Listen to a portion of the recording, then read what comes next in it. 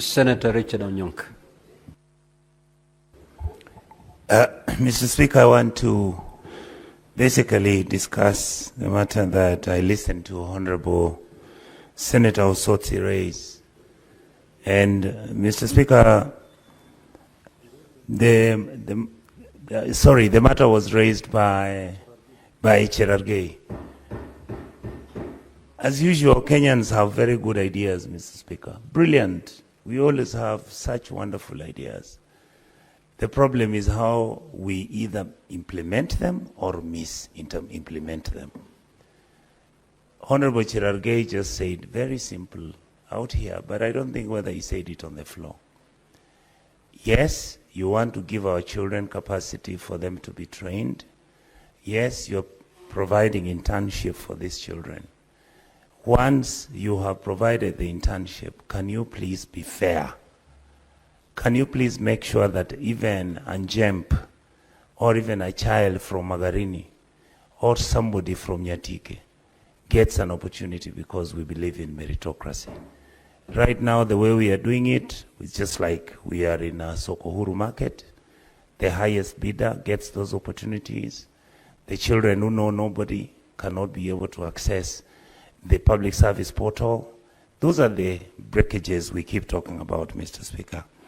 The second issue I wanted to say is about the T bonuses. Mr. Speaker, I brought a question into this House. It's been 2.5 years.